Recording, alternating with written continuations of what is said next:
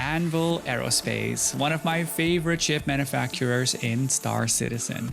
When IAE comes around, I always want to go to their Expo floor, not just to see some of my favorite ships like the Hawk and the Hurricane, but to see some of the ships that we can't actually fly at, like the F7A Hornet, the more rounded version with the round nose and the round air intakes, and a really special cockpit as well. This is just one of those ships that I can't wait to, at some point in my Star Citizen lifetime, fly. It's so much better looking, in my opinion, than the other Hornets, which are much more angular in appearance.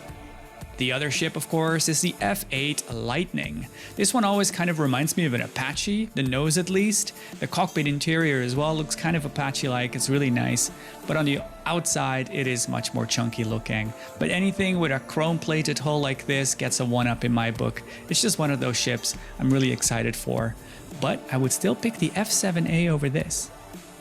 What we're really here for, of course, is the C8R Pisces, the R standing for racing, I mean rescue. On the exterior, she looks pretty much the same as the Pisces we already know, just some new paint jobs where the default is red with white, but of course also it has the wee-woos on top, the flashing lights that sit on top of the canopy. These are really cool and will help show off to the world that you're coming in for the rescue. Let's go inside then, and the first thing we notice on the door is the big plus sign, just to give you that touch, knowing what you're stepping into. We've got these really cool MFD panels now that you can interact with, which is of course more immersive than just the projected holographic hovering text. That's really nice. We see the same teal green ambient color in the interior, which is something we're used to from the Pisces. It's a little lighter, which really touches on the medical aesthetic. What's new is this really cool glass door, which I really like. It separates the interior from the cargo bay area, let's call it, and it's just a really nice thing to step into, quite honestly. Here's the bed. That's what your patient lies in when they need your help. And on the other side, we have got the medical kitchen, let's call it that. We've got these really cool interactable doors now as well. It's lovely to see these doors actually being interactable, and they can slide both ways too, which is really cool.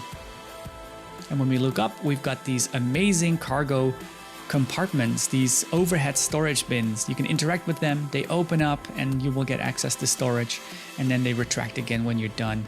And yeah, that's on top of all the other medical stuff that you find in that little kitchen. On the right, what would have been the jump seat is now an MFD screen. This is where you can interact and heal your patient. It does also allow some interaction with setting your spawn. It says it's not available, but it does look like you can at least reset your spawn for now, which is quite cool. But beautiful to see though that on the other side, we still have a jump seat available.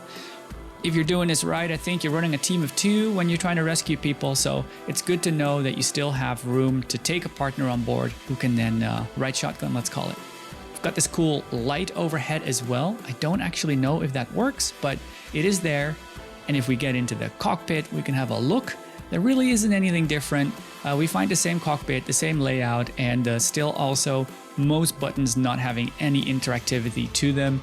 I mentioned this in the first IAE video I did earlier this week. I hope to see that will also come to ships like the Pisces, where more of these buttons are interactable and you can actually tag them. But I got a question though. This begs the question, I think. This could easily be an RV for home.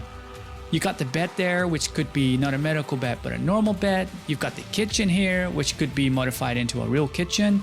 And so my question is, what do you think? Should we get another C8 variant? Do we need a homey RV variant to live in if we want to? I'd like it.